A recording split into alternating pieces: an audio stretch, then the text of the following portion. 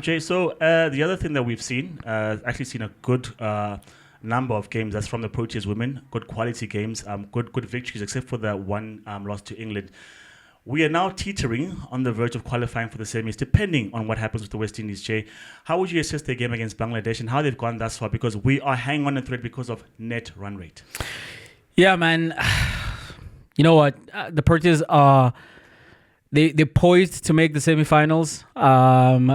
Of course, depending on what happens in that game between England and the West Indies. But we've won the games we should have won. And the big one was against the West Indies because you always thought that England are the power in our group, although we've had a good record against them in the World Cup, especially or in recent times. But they did defeat us in that match with four balls to spare, so we pushed them close. And then against Scotland and Bangladesh, I felt we could have been more aggressive. I feel going into the semifinals, that's what we need to do. We should not be conservative with our batting, particularly I'm talking about our batting, because on the bowling side, we've delivered. We have managed to skittle out Scotland for a score around 88, I believe, and Bangladesh as well for 105, 106. So the bowling seems to be working. Marzan Cup is delivering quite the all-round performance in this World Cup, and she is the point of contention for me when I then go back into the batting, particularly in the power play. If we are going well, if Laura is giving us a great platform and we then need to maintain that momentum, we need Cup to come in ahead of Bosch. Bosch is she will knock it around and she'll go for the singles. She'll stabilize an innings. We don't need the innings to be stabilized in most T20 games, except for if you lose your openers quite early, and yes, you need to maybe wrestle back some momentum. Then have Bosch in there. But the conservative approach to the batting is the reason why we went into the last match against England and West Indies looking at the net run rate, having their calculators out and hoping that England do us a favour, because chasing down the score against Bangladesh, we only lost 3 wickets. There was no reason why we should have taken that chase that deep into the innings. We should have been done and dusted with that within between 12 and 15 overs, because again, we had the wickets, so we could afford to be a little to a lot more aggressive. Similarly, in the game against Scotland, yes, it was a big win, and yes, we put a good total on the board, but that could have been more, and that also would have aided in our net run rate. So if we go into the semifinals against an Australia who would be the favourites to win in that match as they did in the final right here in Cape Town in 2023, then we shouldn't have a conservative mindset. That's the thing for me. We should go into every match with the mindset that we want to win this, and you know what? We do have the horses to go and win us these matches. And so I think if we play our cards right and if we position our players in the right positions, it could go very well. So we've done well to win the games that we've won, but I think it can be better still. Yeah, I fully agree with you. And I mean, it seems like we're nitpicking, right? But when there's a question of net run rate, we have to address these concerns in terms of scoring and how quickly we're scoring, who's coming up and who's playing that particular role, where, when, and why.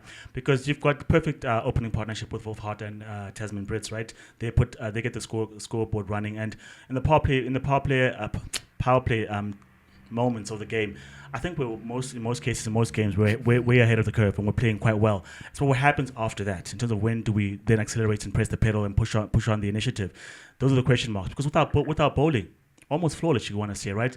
Except maybe if you want to then zero in the Bangladesh game where Marzan Cup is supposed to have 2 wickets in the first over, and then just, as you say, more aggressive, put your foot on their necks and beat them into submission. One of their openers played quite well, except for her. You could have pushed the owners. You could have pushed the pace of the game a lot more. But apart from all of that, Jay, I think we're playing well.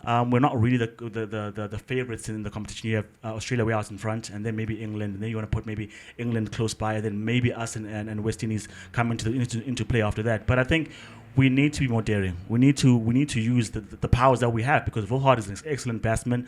I mean, Bosch in the last game did try to push the initiative and score a bit quicker, but that's not what she's been doing. That's not what she's been doing. And the result of that is 25 and 25 balls. That's which is the not quick ceiling, enough. you know. And yeah. as I'm saying, she's an integral part of our batting, right, of our top order. And I think when cast in the right role, as I'm saying, it's not to say like just Should be out, yeah. don't consider her whatsoever, but if we're in a crisis, this is the person you bring in. It's a bit like Jacques Callis back in the day. Remember when we were chasing that mammoth total in 2007 World Cup against Australia? Following the 438 game, again, the foundation was laid by Graham Smith and A.B. de Villiers, well on our way. And then Cullis comes in, he gets a good score over 40, but it absolutely throws off the momentum. You know, and in that moment, you're thinking to yourself, perhaps you need to a more aggressive batsman to continue down the path we've already started, because this is our goal, right? Yeah. So similar with Bosch. I think she's an integral part of the team, but we need to be flexible in terms of how we use that with our batting lineup. We need to read the state of the game and not just this is the lineup, this is what we go with. It's the same thing you do with the bowlers, right?